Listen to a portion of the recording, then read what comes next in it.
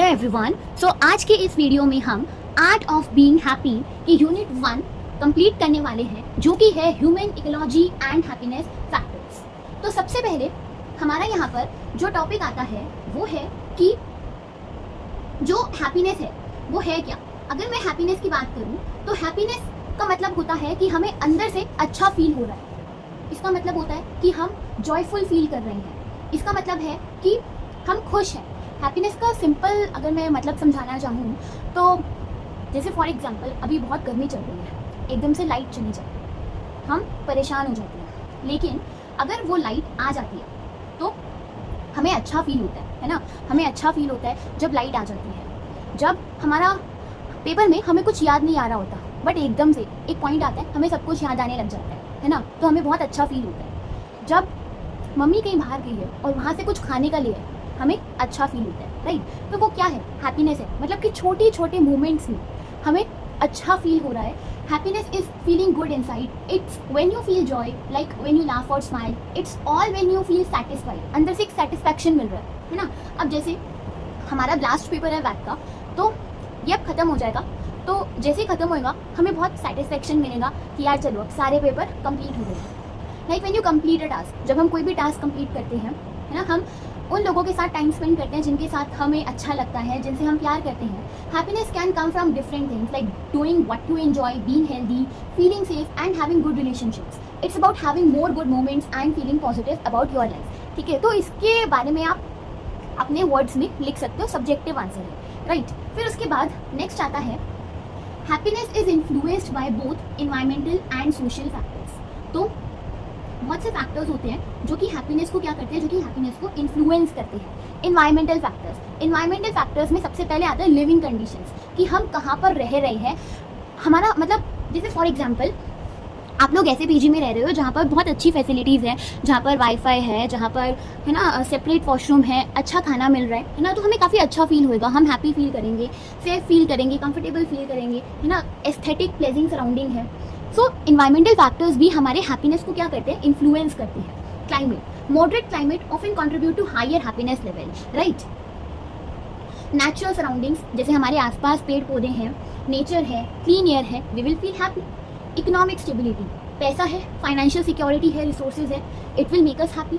Health services, हमारे आसपास हम जहाँ पर भी रह रहे हैं वहाँ पर हम हेल्थ सर्विस को क्या कर पा रहे हैं, अफोर्ड कर पा रहे हैं, है ना।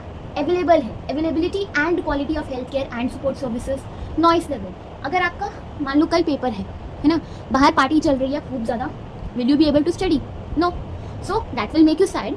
सो lower level of noise pollution contribute to peace and well being. अगर नॉइस पोल्यूशन कम है हमें अच्छा फील होएगा, शांति हमें महसूस होएगी। Safety and security, feeling safe and protected in one's environment will make us happy, right. तो अगेन ये भी सब्जेक्टिव आंसर है, आप इसे अपने तरीके से लिख सकते हो। देन आता है सोशल फैक्टर्स। तो सोशल फैक्टर्स की बात करी जाए तो सोशल फैक्टर्स में आता है वो लोग जिनके साथ हम रहते हैं, है ना, जो हमें सराउंड करते हैं। हमारे फ्रेंड्स हो गए, राइट। हम बेसिकली उन लोगों के साथ रहना पसंद करते हैं जिनके साथ हमारी वाइब मिलती है, जिनके साथ हमें अच्छा फील होता है, राइट। वो हमें हैप्पीनेस देते हैं। तो सोशल फैक्टर्स में रिलेशनशिप्स आती हैं। Positive and supportive relationship with family, friends and partners will make us happy. Community, a sense of belonging and community involvement, हमें भी तो फील होता है ना कि यार हम किसी कम्युनिटी का हिस्सा हैं, तो हमें अच्छा लगता है। Social support, access to emotional and practical support from others will make you happy. For example आपका पेपर है, आपने अपने फ्रेंड को कॉल किया, यार मुझे नोट्स भेज दें, वो नोट्स नहीं शेयर करना, will you be happy? No. Work environment, जहाँ पर आप काम कर रहे हो, job satisfaction, good relationship with colleagues, work life balance, education, access to education and life long learning opportunities, cultural activities, social equality, ये सब क्या है, ये सब सोशल फैक्टर्स हैं जो कि हमारी हैप्पीनेस को इन्फ्लुएंस करते हैं, राइट। सो सोशल फैक्टर्स भी आप सब्जेक्टिवली लिख सकते हो, कोई हार्ड फास्ट रूल नहीं है। So both environmental and social factors play a crucial role in shaping an individual's happiness by affecting their daily life experiences and overall quality of life. Happiness is closely linked to physical, emotional and psychological well-being. Here is how each aspect contributes to overall happiness. अब हमारा next आता है physical wellbeing, emotional wellbeing and psychological wellbeing of happiness. तो physical wellbeing की बात करते हैं। अगर हम फिजिकली फिट हैं so we will feel happy, right. क्यों हैप्पी फील करेंगे, हमें अच्छी अच्छी ड्रेस मिलेंगी पहनने के लिए, हमारी हेल्थ अच्छी रहेगी, So good physical health and the absence of chronic illness contribute significantly to happiness. Exercise, regular physical activity जो है ये हमारी बॉडी में एंडोर्फिन्स को रिलीज करते हैं, जो कि क्या इंप्रूव करता है हमारे मूड, हमारे एनर्जी लेवल्स को, इन सब चीज़ों को क्या करता है, इंप्रूव करता है। अगर हमें हमारी स्लीप जो है एकदम एडिक्वेट है, it will make us happy, right. अगर आप दिन में सिर्फ 2 घंटे सो रहे हो, क्या आपको हैप्पी फील होएगा? नहीं होएगा। Nutrition, a balanced diet support physical health and can influence mood and energy. Pain management, effective management of pain and physical discomfort enhances wellbeing, right. So physical wellbeing, again आप इसे अपने words में लिख सकते हो। फिर उसके बाद हमारा नेक्स्ट आता है क्या? फिर इसके बाद हमारा नेक्स्ट आता है इमोशनल वेलबीइंग। अगर आप इमोशनली खुश हो तो आप ओवरऑल भी खुश रहोगे, राइट। जैसे for example positive emotions, experiencing emotions like joy, love, gratitude frequently will make us happy. Emotional resilience, the ability to bounce back from the setbacks and handle stress effectively. Self acceptance, अपने बारे में अच्छा सोचना, अपनी personal strength, weakness को क्या करना, accept करना। माइंडफुलनेस, माइंडफुलनेस का सिंपल मीनिंग होता है, जैसे फॉर एग्जाम्पल हम डेली हम सिर्फ क्या करते हैं, जैसे फॉर एग्जाम्पल हम घर से जाते हैं मेट्रो से जाते हैं कॉलेज, बट हमारा ये डेली का ये रहता है, हम आसपास इतना कुछ ऑब्जर्व नहीं करते। तो माइंडफुलनेस में ये है कि हमें आसपास की चीज़ों को ऑब्जर्व करना चाहिए। Being present in the moment can reduce stress and increase happiness, ठीक है। माइंडफुलनेस मतलब कि आउट ऑफ द बॉक्स जाके, आउट ऑफ द थॉट्स जाके अपने आसपास की चीज़ों को ऑब्जर्व करना अच्छे तरीके से, जो आपने कभी पहले ऑब्जर्व नहीं किया हो, अपने प्रेजेंट मोमेंट में जीना, वो है माइंडफुलनेस। तो ये है हमारा क्या, ये है हमारा emotional well being of happiness. फिर उसके बाद नेक्स्ट हमारा आता है इमोशनल एक्सप्रेशन, यानी कि being able to express emotions healthily and having outlets for emotional release.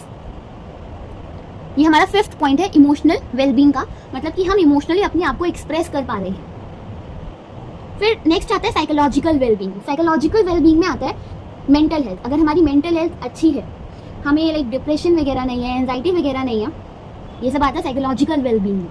Purpose and meaning, having a sense of purpose and meaning in life contributes to deeper sense of fulfillment। हमें एक पता है कि यार हमारी life का purpose क्या है, हम क्यों जी रहे हैं। फिर आता है self esteem, high self esteem, यानी कि अपना एक कॉन्फिडेंस होना अपनी खुद की एबिलिटीज पे, खुद के वर्थ इट पे, right.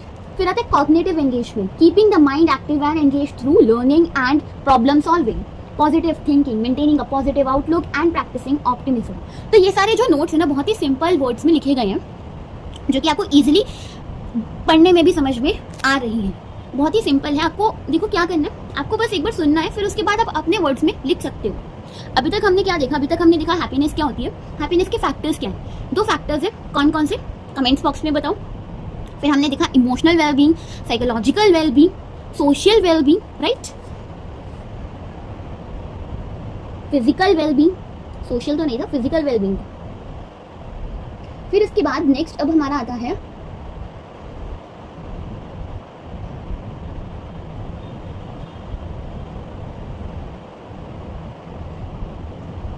yes, all these aspects are interconnected and collectively contribute to a person's overall happiness. Balancing physical health, emotional well-being and psychological stability is the key to happiness and fulfilling life. तो ये जितने भी aspects हैं, ये एक दूसरे के साथ इंटरकनेक्टेड हैं एंड ये हमारी खुद की ओवरऑल हैप्पीनेस को क्या करते हैं, कंट्रीब्यूट करते हैं। अगर हम अपनी physical health, emotional health, psychological health को क्या करें, बैलेंस करके रखें, तो हम एक हैप्पी लाइफ जिएंगे।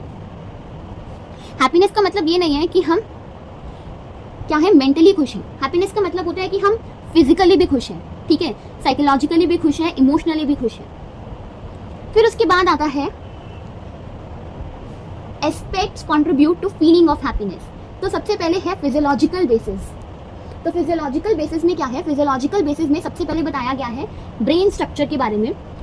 तो इसमें है pre frontal cortex. Pre frontal cortex जो होता है, ये डिसीजन मेकिंग और प्लानिंग में इन्वॉल्व रहता है। हम कोई भी डिसीजन लेते हैं, कुछ भी प्लान करते हैं, ये प्री फ्रंटल कॉर्टेक्स जो होता है इसी के थ्रू होता है and is linked to the feeling of joy and happiness.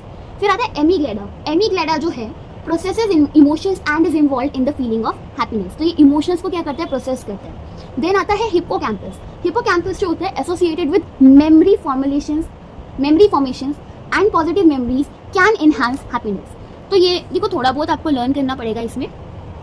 जैसे प्री फ्रंटल कॉर्टेक्स जो है ये डिसीजन मेकिंग और प्लानिंग के लिए इन्वॉल्व रहता है। एमिग्डाला जो होता है ये किसके लिए रहता है, इमोशंस को प्रोसेस करता है।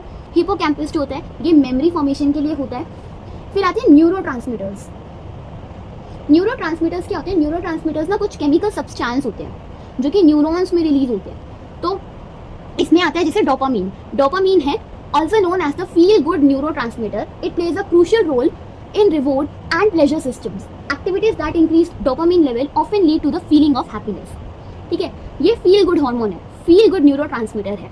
देन आता है सेरोटोनिन। सेरोटोनिन जो होता है ये हमारे मूड को, हमारी स्लीप को, हमारी भूख यानी एपेटाइट को क्या करता है, रेगुलेट करता है। Higher level of serotonin are associated with better mood and feelings of well being. फिर आता है क्या, फिर आता है एंडोर्फिन्स। एंडोर्फिन्स जो होते हैं नेचुरल पेन किलर्स होते हैं जो हमारी बॉडी प्रोड्यूस करती है एंड ये feeling of euphoria and reduce pain perception में इनका काम रहता है। फिर आता है oxytocin, often called as the love hormone. इसे लव हार्मोन बोलते हैं। It enhances bonding, trust and social connection with contribute to happiness. तो कहने का मतलब ये है जब आप किसी के लिए लव वाली फीलिंग फील करते हो ना तो आपको ये जो ऑक्सीटोसिन हार्मोन है ये आपका बड़ा रहता है। ठीक है, often called as the love hormone. It enhances bonding, trust and social connection which contribute to happiness. Then है हार्मोनल बेसिस कॉर्टिसोल। कॉर्टिसोल जो होता है स्ट्रेस हार्मोन होता है। अगर कॉर्टिसोल का हायर लेवल है तो क्या होगा, हमें स्ट्रेस फील होएगा, हमें एंजाइटी फील होगी। एंड लोअर लेवल है कॉर्टिसोल का तो हम रिलैक्स्ड और हैप्पी फील करेंगे। देन आता है एड्रेनलिन जिसे एपिनेफ्रिन बोलते हैं। ये तब रिलीज होता है जब हम बहुत ही ज़्यादा स्ट्रेस में, एक्साइटमेंट में होते हैं।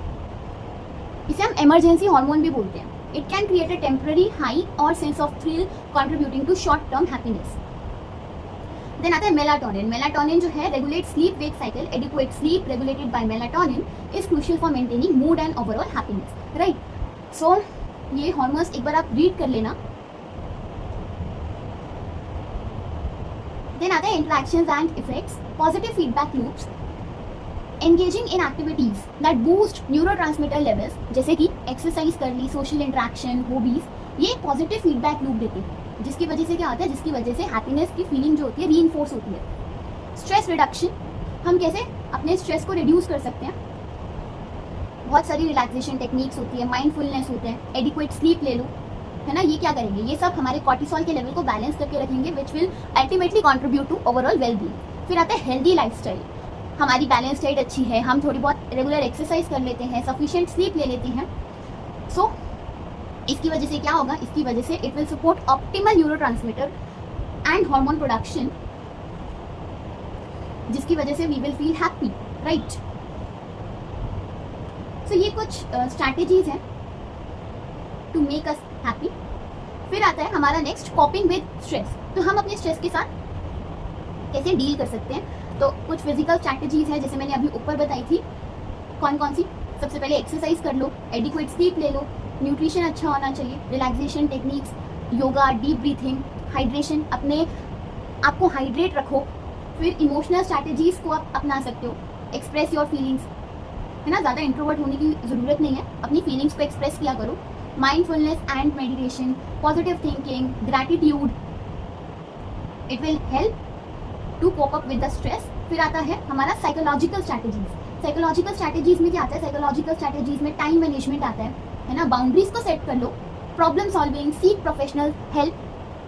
देन है सोशल स्ट्रैटेजीज। सोशल स्ट्रैटेजीज में क्या है, सोशल स्ट्रैटेजीज में ऑफकोर्स कम्युनिकेशन स्किल्स आती हैं हमारी, community engagement, social support, strong relationship maintain करके रखो अपने फ्रेंड्स, अपने फैमिली के साथ, वॉलेंटियरिंग करो, है ना। फिर है लाइफस्टाइल स्ट्रैटेजीज, हॉबीज में एंगेज करो, है ना। जिसको कुकिंग पसंद है, जिसको सिंगिंग पसंद है, जिसको रीडिंग पसंद है, अपनी हॉबीज में क्या करो, एंगेज रहो।